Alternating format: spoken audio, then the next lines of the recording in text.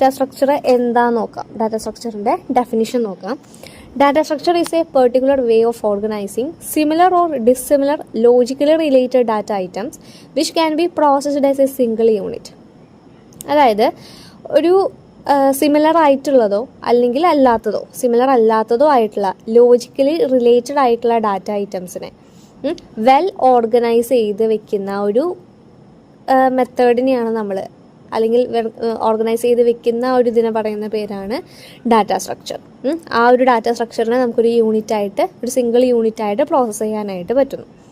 അപ്പോൾ ആ ഒരു ഡാറ്റ സ്ട്രക്ചറിനെ ആയിരിക്കും നമ്മൾ എന്ത് ചെയ്യുന്നത്, നമ്മൾ പ്രോസസ്സിങ്ങിന് വേണ്ടിയിട്ട് എടുക്കുന്നത്. ആ ഒരു ഡാറ്റ സ്ട്രക്ചറിൽ ഒരു കൂട്ടം ഡാറ്റ വെൽ സ്ട്രക്ചേർഡായിട്ട് ഇരിക്കുന്നുണ്ടാവും. ഇനി ഒരു ഡാറ്റ സ്ട്രക്ചറിൻ്റെ ക്ലാസിഫിക്കേഷൻ എങ്ങനെയായിരിക്കും നോക്കാം.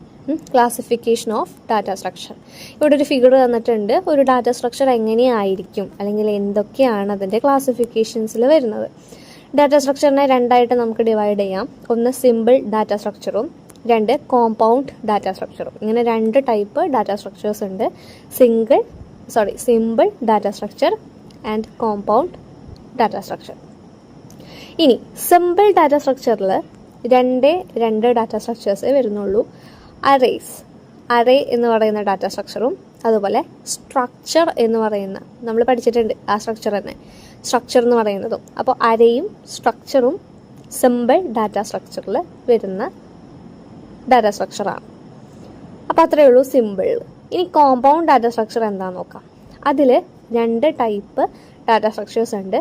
Linear and non linear. Linear data സ്ട്രക്ചറും അതുപോലെ തന്നെ നോൺ ലീനിയർ ഡാറ്റ സ്ട്രക്ചറും ഉണ്ട്. ഇനി ലീനിയറിൽ വരുന്ന ഡാറ്റ സ്ട്രക്ചേഴ്സ് ആണ് stack, queue, linked list. Stack, queue, linked list. Non ലീനിയറിൽ വരുന്നതാണ് ട്രീയും ഗ്രാഫും.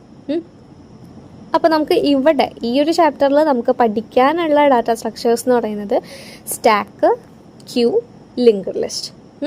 ലീനിയർ ആയിട്ടുള്ള കോമ്പൗണ്ടഡ് ഡാറ്റ അല്ലെങ്കിൽ കോമ്പൗണ്ട് ഡാറ്റ സ്ട്രക്ചേഴ്സ് ആയിട്ടുള്ള സ്റ്റാക്ക്, ക്യൂ, ലിങ്ക്ഡ് ലിസ്റ്റ്. ഇവിടെ മൂന്ന് പേരും എന്താണ്, എങ്ങനെയാണ് ഓപ്പറേഷൻസ്, കാര്യങ്ങളൊക്കെയാണ് നമ്മൾ ഈ ഒരു ചാപ്റ്ററിൽ ഇനി നോക്കാൻ പോകുന്നത്. അപ്പോൾ ഡാറ്റ സ്ട്രക്ചർ എന്താണെന്നും ക്ലാസിഫിക്കേഷൻ എന്താണെന്നും മനസ്സിലായെന്ന് വിചാരിക്കുന്നു. ഇനി ഡാറ്റ സ്ട്രക്ചേഴ്സിൽ തന്നെ നമുക്ക് സ്റ്റാറ്റിക്കും ഡൈനാമിക്കും ഉണ്ട്. സ്റ്റാറ്റിക് ഡാറ്റ സ്ട്രക്ചേഴ്സും ഉണ്ട്, അതുപോലെ തന്നെ ഡൈനാമിക് ഡാറ്റ സ്ട്രക്ചേഴ്സും ഉണ്ട്. സ്റ്റാറ്റിക്കും ഡൈനാമിക്കും നമ്മൾ കോമൺലി എങ്ങനെയാണ് ഡിഫൈൻ ചെയ്യാറ്? എക്സിക്യൂഷൻ ടൈമിൽ ബിഫോർ എക്സിക്യൂഷൻ ടൈം, അങ്ങനെയല്ലേ? അതുപോലെ തന്നെയാണ് ഇവിടെയും. സ്റ്റാറ്റിക് ഡാറ്റ സ്ട്രക്ചർ എന്ന് പറഞ്ഞാൽ സ്റ്റാറ്റിക് ഡാറ്റ സ്ട്രക്ചറിൻ്റെ മെമ്മറി അലോക്കേഷൻ